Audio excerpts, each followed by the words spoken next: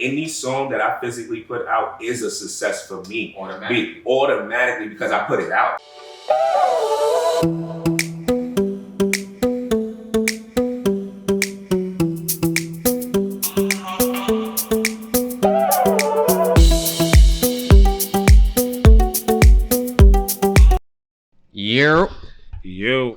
Yo, we back with another episode of Conversations with Nash. What's goody? I'm here with my boy Shy. You already know the vibes.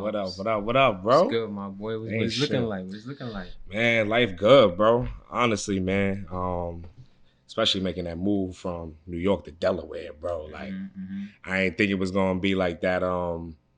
That smooth of a transition, but it was cool, bro. Like it's good. Now I got somebody close nearby in Philly, so like we about to network and all that other shit. For sure. Yeah, I'm good, bro. But how you think with your career, with your music and your creating is it's changing. Is better out there? Is more like, what's the word I'm looking for? Because New York is saturated, bro. Like everybody in New York raps. Exactly. I don't know too many Delaware rappers, bro. So you know what's crazy is that it's like I still haven't even felt like I'm really a Delaware rapper yet. Still, just because like. No, I mean once you're from New York, it is what it is. But it's like out there, it's a little different. Like for me, I feel like the difference is that when I'm in New York, I feel the competition. Like I feel the hunger.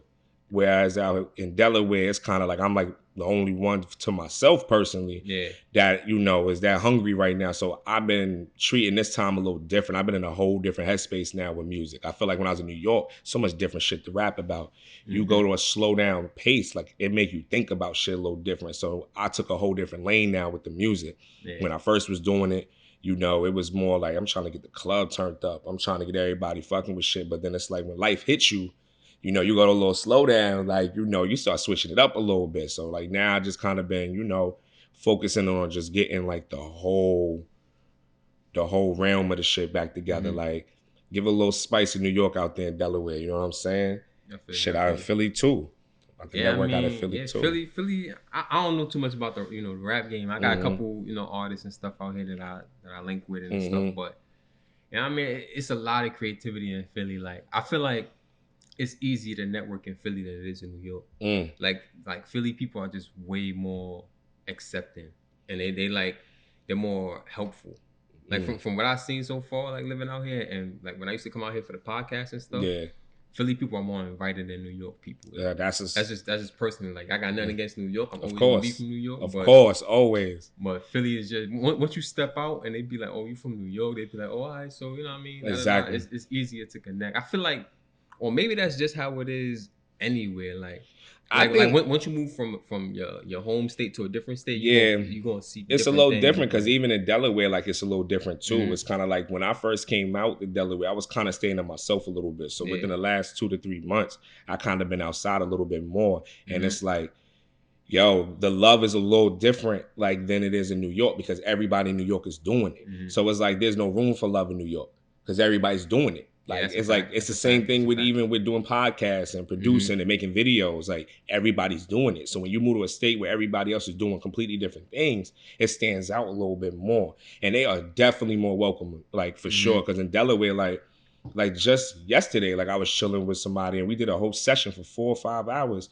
and like I normally just mix for myself. Yeah, like those be the ones though. And then it's like I'm sitting there like, yo, homie, fuck with all the music. He's sitting there telling me like different things, and it's like the love is just different. Like you can actually talk to people and really come up with shit. You know what I'm saying? So I definitely like the mood though. I ain't even gonna hold you. So what you working on now though? Like, all right, so right now, by the way, Champ L's, you gotta follow the page definitely on Instagram and all that. All them links is down in the description. For sure. But right now I'm working on an album called Loyalty Comes at a Price. And honestly, my life switched up a couple months ago. So it's kind of like my vision changed on what I was going for. I had a whole different tape I was going with. And then it's kind of like now it's like I'm looking at life through a whole different eye. So like, loyalty hard to come by, bro. You know how that goes. That's a fact, bro. Just in general with life. That's a fact, and it's bro. like, I started realizing that just with everything in my life, I give the benefit of the doubt just a little too much. Just with everything. It could be from business, just with business. It come from work. It come with family. Come from your love life. All of that stuff. So like, I'm putting a story that like I'm putting a whole story together. So loyalty comes at a price. I'll definitely send you a date out. I got like for a couple sure. of Cause me, songs. I'm opposite on that. Like me, I'm not as I'm more picky with who I connect with and shit You like know that. what's crazy though Like is I I'm not. feel Yeah. like I'm the same way though. Mm-hmm. It's just that I'm realizing that like I'm picky to the point where it's like I'm blind while I'm picking.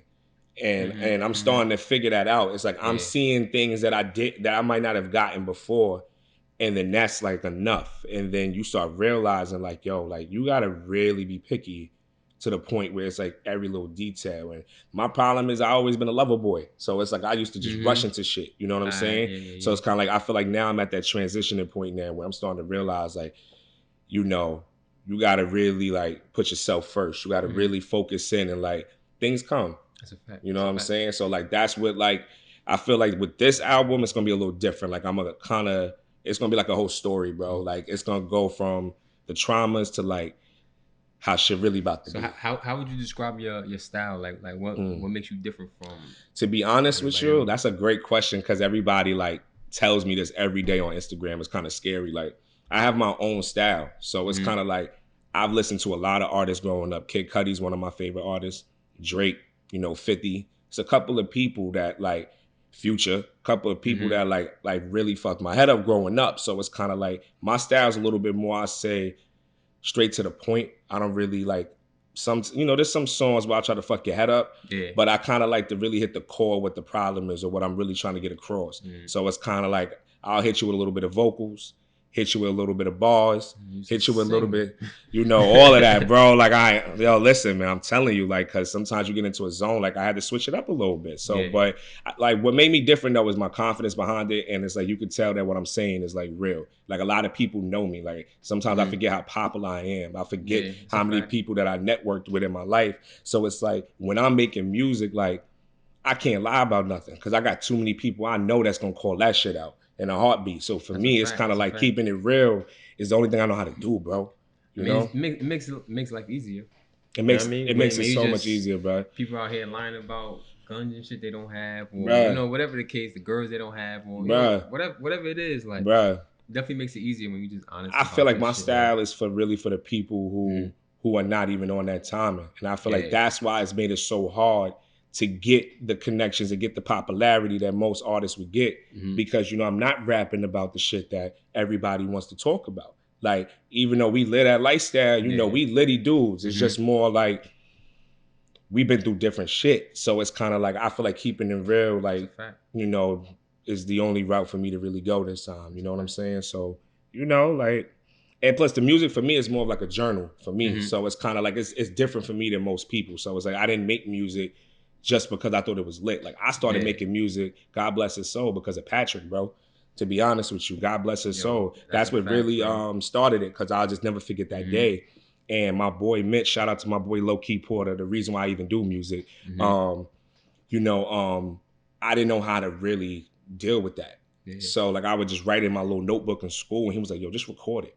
And I remember I recorded how I felt and I was like, oh, I like this. And then I knew other people felt the same way I felt, but they didn't know how to express it. We grew up in a town where you don't know how to really express yourself. You know what I'm saying? So it's kind of like, that's how the music even started. So I've been keeping it that exact same way. Like, so that's how you found out you had like a talent too? During honestly, that was a hard summer. It was a hard summer, bro. That was a hard summer for everybody. We was just like, damn.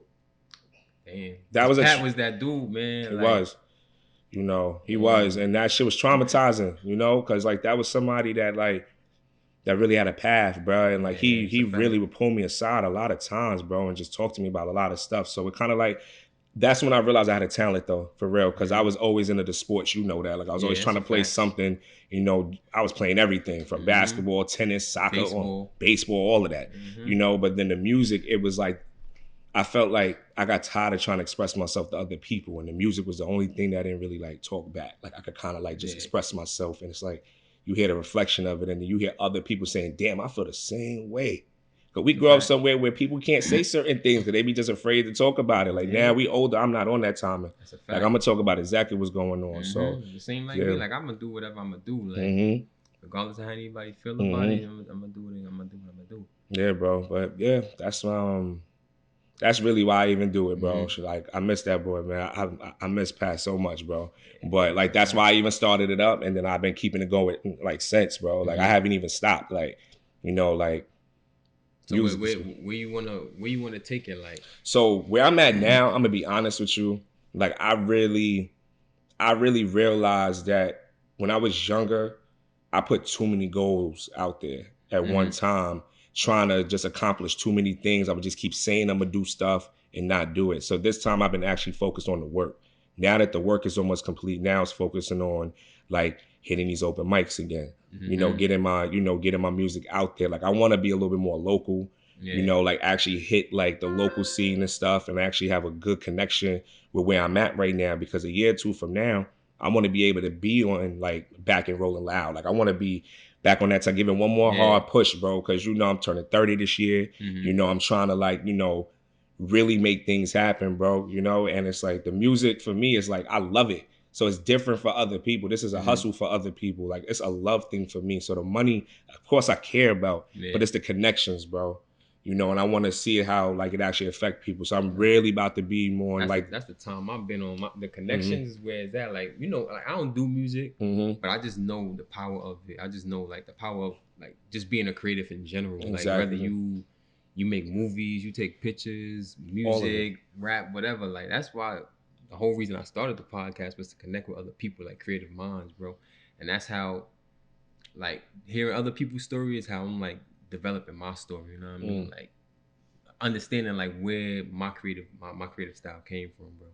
So I appreciate you. Yeah, nah, no doubt, bro. You know, But like it's a question I was gonna ask you. So what you prefer? Like, you said you had a studio session the other night, and you was just now talking about the open mics. What you prefer, the studio sessions or the open mics, bro? So that's a great question.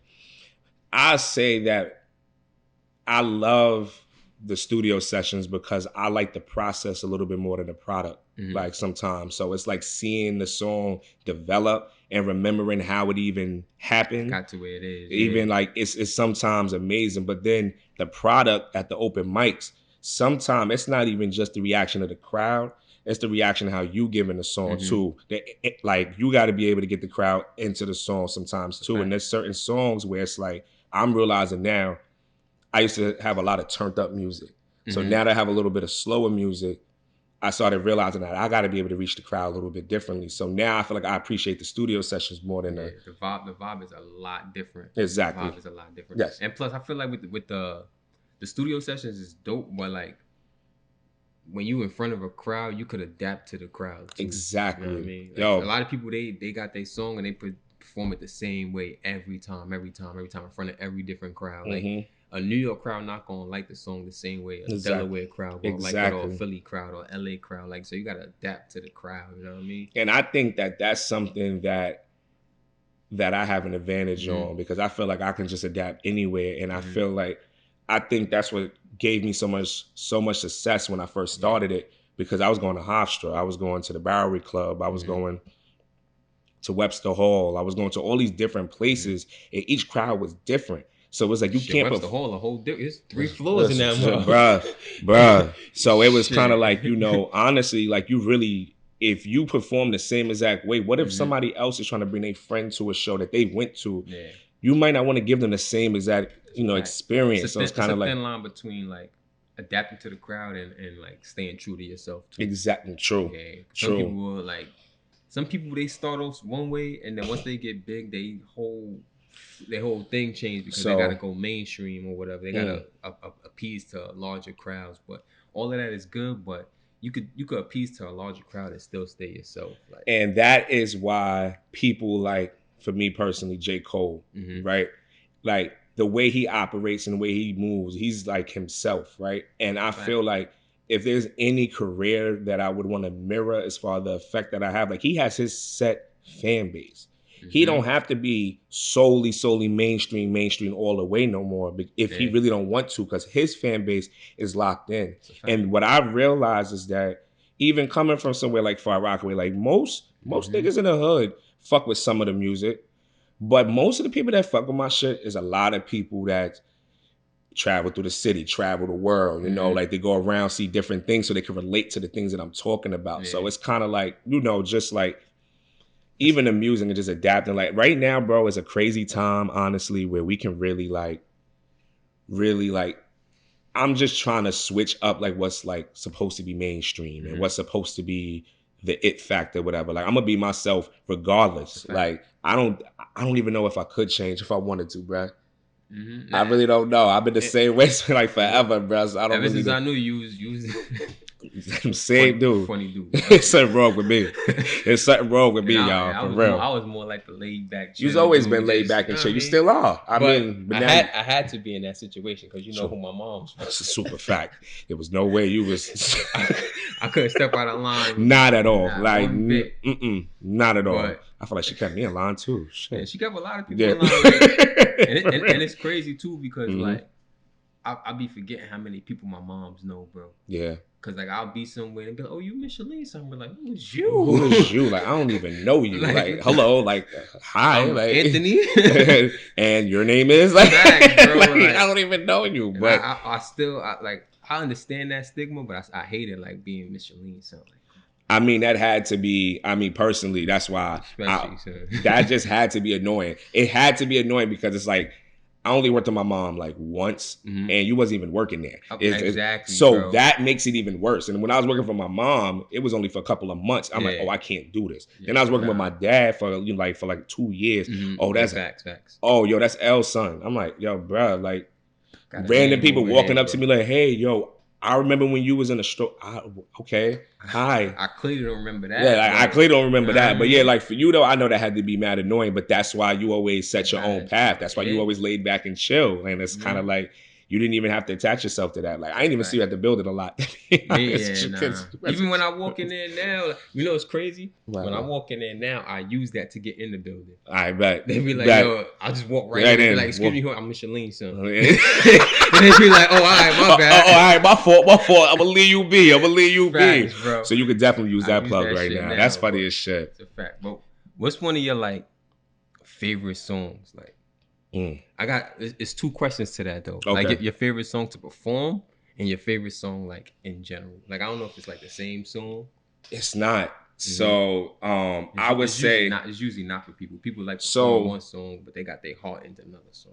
Exactly. So it's kind of like if I would say favorite song to perform, it would probably be Story to Tell. Which was on my tape Slided Views, which was my most popular, most viewed tape, which is my personal favorite, like that I ever put together because I was in a fucked up headspace at that time of my life, and I was able to like the best music come out of it. Yeah, no, honestly, so Story to Tell is because that was a whole story about just growing up, even from Rockaway, like showing them that how versatile I was because that was a little sample beat. I was trying to switch it up, but I like the crowd reaction every time because I feel like. I adapt to every crowd when I perform that because it's so real. Like anybody that's in that crowd, black, white, Asian, didn't matter. Eyes was hooked on it. I can understand that story. Like, you know what I'm saying? Now, my favorite song personally probably has to be Won't Get to Me, which is on the same tape. And the reason why is because I feel like my whole life, because I was always I was always so confident, bro, and always outspoken about how I felt, and I never followed nobody. So I felt like growing up, everybody knew what Sharif was doing or how Sharif felt. Like, because I would write everything on Facebook. I would let everybody know what's going on in my life. So that was my problem. Yo, bro. So like, it took me a little minute to like really adjust to that. And it was like I started realizing the older I started getting, like, yo, like I got tired of people always thinking I was, this way or this way when I knew I wasn't. And it started really like starting frustrating me. So Won't Get to Me is when I finally got to that point where it's like, I'm not letting the world get to me no more. Like, it's kind of like none of it. Like, even when making music in Rockaway and shooting videos at that time, like everybody was shooting videos. There was certain things I wasn't trying to do because I'm a different dude. I don't care how much money is going to be in the picture. Like, I go about things a different way. So it's kind of like, I just got tired of like caring about it. So Won't Get to Me is like probably the song that is my favorite that I ever recorded because it was like I felt that one. Like I felt that one. Like that song was raw. You know what I'm saying? So, Those are the two. But story to tell, definitely to perform for sure. What what's some advice you would give to somebody that's like just now starting, or somebody that's been in the game but just haven't found their own way yet? Like, you know what I mean? Because you've had success. You know what I mean? And I've also had you've had downfall. Yeah. So what advice would you give somebody to just like someone coming up or someone just remember the reason why you're doing it. Like that's sometimes like what really helps me get back to it. Like honestly, like people get into music for different reasons, but like you're not gonna like it's not gonna be green. Everybody's doing it now. It's like a sport. It's like basketball growing up. It's like football growing up. Everybody's trying to get a scholarship so they can go to college, and it's like everybody was doing it. So with music right now, you can't focus on everybody else. Like what I realize is that even with me not putting out music the last 2-3 years, me just putting out music now, the amount of people that has hit me and been like, yo, like I've been waiting for this. So yo, I'm hyped you doing this again. It reminds you why you do it. You know? So it's kind of like the best advice I can give is just remember why you're doing it. Like don't fall for just the glam and trying to be on the gram and the money. Like that's all gonna come. Some people are doing it for that though. Some people are doing it because they want to be famous, and I feel like now a lot of people think it's easy to make music because of the type of music that's out now. Like it is. So it makes it anybody can have so it makes it different for people like people that are creatives. It makes it a little different. Even you being a creative, like it's different for why we do it. So it's kind of like sometimes I don't even really be knowing exactly what be going on all the time with everything else because I'm so focused into my craft. So that's the best advice I've been giving people because I'm starting to get success again. Like people starting to speak. Like I'm out in Philly right now with you right now. You know what I'm saying? This is a step like forward right now. So it's kind of like you got to remember why you do it. So if you do it for the money and you do it for the fame and it's not happening, you got to remember that takes a minute to come. Like, so it's not going to just come just because you do one hit song. Like you got to be able to keep going and keep showing yourself. And remember the public going to be in your life. You can't. My problem growing up is that the public started being in my life and it started being too much for me. So then I started backing up and I said, if I'm going to go back out there, I got to be ready for that. You know what I'm saying? So because it's not for everybody. Everybody not built for the like. I guess the glitz and glam are like, okay, cool, you can make a song, but if it pop and if you wanted to, because some people they make music. I know people that make music and they don't even want it to be like successful. They just do it like as a side. You know what I mean? So let me tell you why. To be completely honest with you, 95% of the time, it might not just be to put on the side. They might not just be comfortable to put it out yet. A lot of times because a lot of artists have writer's block at a larger scale.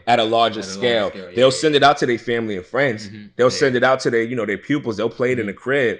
But sending it out and actually trying to put it to DJs and all that other stuff. And actually promoting. That's also it's not for everybody, but it's an insecurity thing too for some artists because it's like when you see other people doing certain things and then it's not hitting for you. That's why I say focus on your craft. That's why, because like that's what messed me up. Worrying about what everybody else is doing. You can't be worried about that. You got to really put your all into your craft and it's going to happen. And it's going to happen. What somebody said in a previous episode, I think it was my boy James Weldon, bro. He said once you put out a song, it can't fail because as long as you like it, everything's not for everybody, bro. Yes. Yo, like you got as long as you stay true to yourself. When you put out music, as long as you like it, it's not a failure because you did it. You know what I mean? Because you got to understand too. First of all, I need to connect with him because that's some real shit that he just said. Everything that you know that's real. Number it's not one. For everybody. It's not, and that's the thing. Like when he says that too, like from my perspective, because he could be speaking from a whole different side, but from my perspective, like I look at it as like any song that I physically put out is a success for me automatically because I put it out. Yep. And it's like the fact that I even was depending on what we talking about. We could be talking about like a woman, like the club, anything. That's a vulnerable thing to do. Once you put it out, that's a success for us. And as long as we loving that song, there's only a select classic albums in the world where you can play it all the way through and you like every song. That's a fact. There is like when you listen to any album, you probably like 4 or 5 songs off the album. So it's like the focus had to change. Like the focus can't be like, okay, when I put this song out, everybody has to like this. Everybody has to. You're gonna get a different. And you know what's crazy about that too? Like I watched a lot of interviews with artists and stuff, and they'd be like, okay,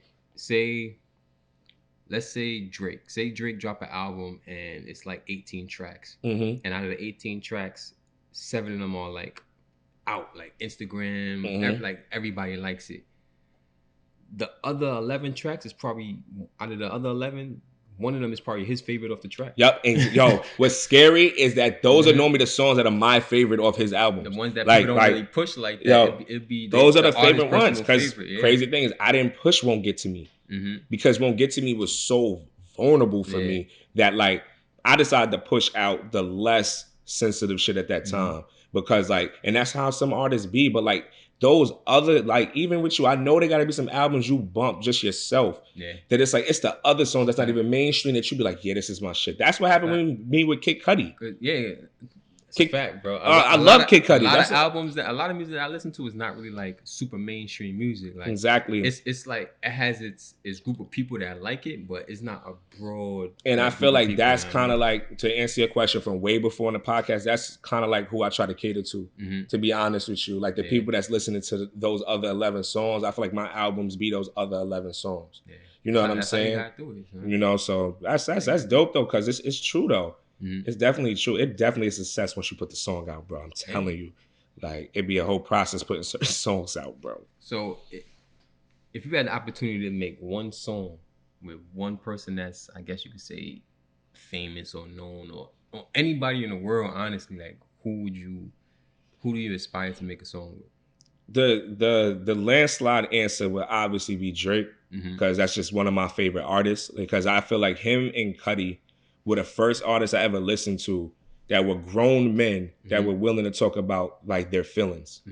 That's a fact. So it was like, that's the first time. So that's why I fuck with them. Future for sure, but it would definitely be Drake for sure, because it's like I feel like in the rap game, you can say in the rap game, because in R&B niggas talk about their feelings all the time. True. So he's like one of the like but that, sometimes he got them balls. But he an R&B artist too though. Like true. He sing and all of that. So if it could get, like, honestly, J. Cole for sure. J. Cole. Because I feel like he would push me to lyrically step my shit up. And it's like he's gonna push me to talk about them other topics. And I feel like that's the type of music I listen to. Like more like music I can learn from, because you know I'm always trying to learn something, bro. I'm always in a book or I'm always researching something.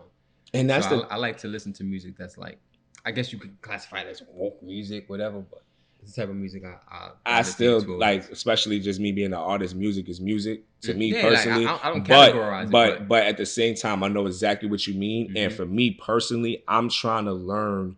That's why I even ask you certain questions about stock and all the things I ask you on the side, because I really be sitting here trying to, because music evolves. So after a while, especially once you're done going through your little motions and feelings, because when I was younger, I was making so much club music. That's all I was doing. I was turning up. Last couple of years, I've been trying to find a way to make a family.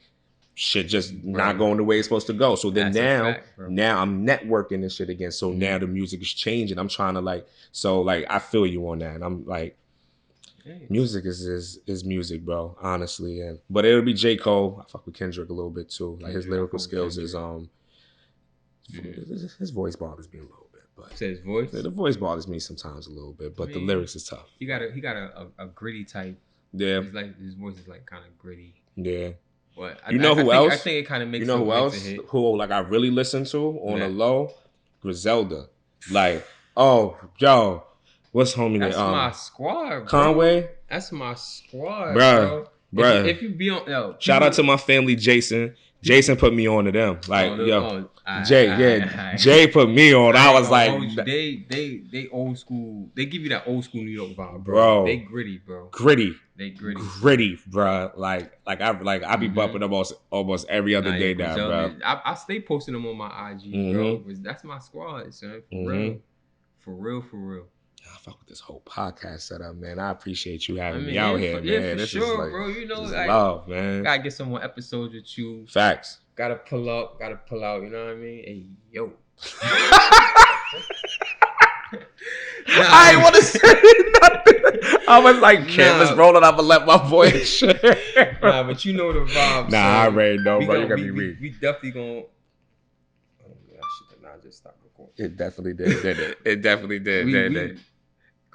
couldn't. It's probably still recording. Yeah, it's all good. That's bad funny. But yo, we definitely gonna link up. You definitely gonna shoot a video. Oh, fact though. Yo, for real, bro. Fact though. And like honestly, I feel like that is to all artists, real quick, I feel like that is key because that is literally what I've been lacking is visuals. Because you can put music out, but you got to remember the generation we in right now. People are lazy. A lot of people are not really trying to sit there and listen to stuff. People would rather look at stuff. So it's like, to be honest with you, like even with like podcasts, like somebody like me, I can listen to a podcast without seeing it. Like I listen to podcasts every day going to work. Yeah. Unfortunately, that's the vibe I wanted, but when I started getting guests, they started saying they wanted to be visual. So I'm like, all right, whatever. Because what started happening is you start realizing like what it really is out there that is missing is the visual. Because like I listen to sports podcasts, I listen to yours, I listen to all these different podcasts like without the visual. I like it a little bit better because I'm driving. I can kind of focus in on what they're talking about. Yeah. But then you got the other side of it, like the realm where people want to see you. You know what else sucks about society now too is attention spans. That's what I'm basically saying. That's basically what I'm saying. Instagram and all that, everything is like bite size. Like people want to just see a video for like 15 seconds, and if it doesn't catch their eye, they So remember when you asked me earlier, like with the music and like what I'm trying to like, that's literally why I make the music I make, the straight to the point music, because I had to adjust because I'm listening. Like before when I'm spinning on them bars, nobody want to listen. It's a fact. So it's like now when I'm getting straight to the point, I'm letting them know I'm litty. You know who's like that too? Who the baby, because he'll start rapping before the beat come on, and most songs it's like the beat will play good like 15 seconds, 20 seconds, and then the artist start rapping. Maybe he just straight. As soon as the beat come on, he rapping. Rapping straight to it. Like you to it. You don't even hear it because you're not anticipating it. Like, not at all. Then you gotta run it back. So it's just an adjustment to like just to what you see, because then like as an artist you start really even you, right? And the type of artist you might have on, or just like the different people you network with, right? Like society switches up so much, bro, that you have to adjust almost on a weekly. So it's kind of like with the music or like with the people, like it's kind of like you realize, all right, this is a bit time in music. Nobody want to listen. Yeah. So get straight to the point. Haven't you noticed more songs now like 2 minutes and 20 seconds? Yeah. Compared to when we was growing up, it was 4 minutes, 6 minutes, 4 or 5 minutes. So like now when I'm making songs, I'm thinking, damn, let me try to make this about 2 minutes, 20 seconds. Cause I know nobody want to read. And like, that's where you get lost in the sauce, and you got to just stick to what you like to do. So I just try to just stick to what I like to do, honestly. So what's the last word you want to give to the people, bro? Honestly, the last word I want to give to you is like, First off,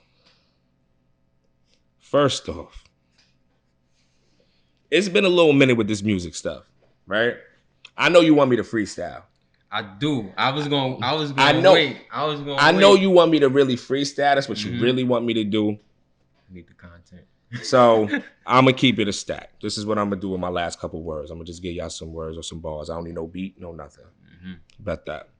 See, life changed. Life switched. You got to keep going. I call Ant, tell him I'm going to pull up. You know, I'm going to stay flowing. But anything you give me, bro, from New York to Delaware, swear to God, I got a Georgia peach. Now I got me a Delaware pear. I'm different. Okay, I hear you. I'm a little different. But I'm just joking around, y'all. But but to be real with y'all, the last words I want to give is just like, stay humble, always give love, continue to focus on what you really want to do. Don't listen to everybody else. Loyalty comes at a price. It's going to be out in a couple of months. You're going to have all the info on the bottom of this link. And the next episode, when I come back on here, we're going to have some beats.